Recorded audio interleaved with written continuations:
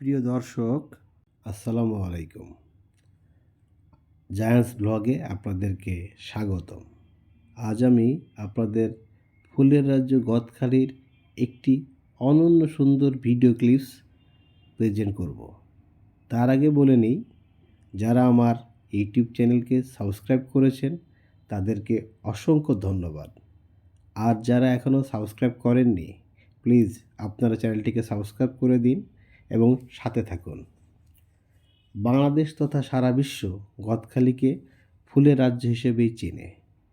এই জায়গাটি যশোর জেলার ঝিকরগাছা উপজেলায় অবস্থিত। গদখালি এলাকায় অধিকাংশ লোকই ফুলের চাষ করে।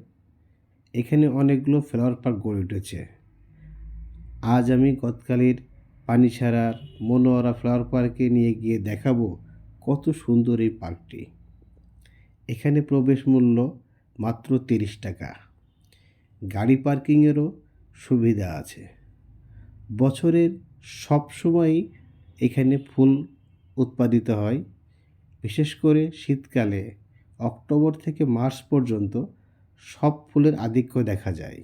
বাকি সময়ে গোলাপ, গাঁদা আর রজনীগন্ধা দেখা যায়। এখানে ভিতরে গিয়ে অনেকগুলো ভাস্কর্য দেখেছি। অ্যাঞ্জেল, লাভ সিম্বল, বাটারফ্লাই এর মধ্যে অন্যতম।